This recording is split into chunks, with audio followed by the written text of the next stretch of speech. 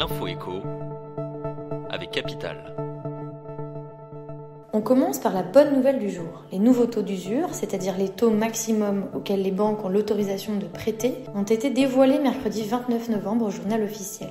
À partir du 1er décembre, le taux plafond atteindra 6,11% pour les prêts immobiliers sur 20 ans ou plus, soit une hausse de 0,20 points sur un an. Le taux d'usure dépasse ainsi la barre symbolique des 6% pour la première fois depuis 2010. C'est une bonne nouvelle pour les emprunteurs puisque les banques peuvent à nouveau prêter tout en dégageant de la rentabilité sur les crédits accordés, analyse Julie Bachet, directrice générale du courtier Vous Financez. On poursuit avec le chiffre du jour. 5,4 millions, c'est le nombre d'emplois en France qui étaient fermés aux étrangers non ressortissants de l'Union européenne en 2022, soit près d'un emploi sur 5 d'après les estimations de l'Observatoire des inégalités. Pour parvenir à ce résultat, l'organisme a tout simplement pris en compte les postes qui sont impossibles à décrocher pour les étrangers, du fait des conditions de diplôme requises ou de l'existence d'une procédure d'autorisation préalable qui réserve de fait ces métiers aux seuls Français. Et le secteur public est loin de montrer l'exemple en la matière.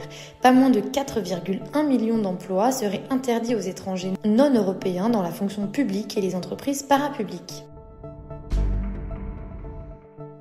On enchaîne avec la phrase du jour. Un pic d'émissions doit être fixé au plus vite, alerte l'ambassadeur français du climat, Stéphane Groussat, à l'occasion de la COP28 qui s'ouvrira jeudi 30 novembre à Dubaï. Pour cet ancien conseiller de Ségolène Royal au ministère de l'Environnement, si la COP décidait qu'un pic d'émissions doit être atteint le plus vite possible avant de sortir des énergies fossiles, cela représenterait une victoire. Il exhorte également à fixer un objectif collectif tangible en matière d'énergie renouvelable et à rassurer les pays en développement sur notre détermination à remplir nos objectifs financiers. Sans oublier la nécessité de retrouver une forme de solidarité mondiale dans un contexte géopolitique difficile. Et pour terminer, la question du jour. Crédit et réduction d'impôts, avez-vous ajusté l'avance qui va vous être versée en janvier ? Depuis la mise en place du prélèvement à la source en 2019, les ménages qui consomment des réductions et crédits d'impôt en perçoivent une partie d'un montant au début de l'année. Sont notamment concernés les foyers qui font appel à un salarié à domicile, engagent des frais de garde de jeunes enfants, s'acquittent de cotisations syndicales ou réalisent des dons aux associations.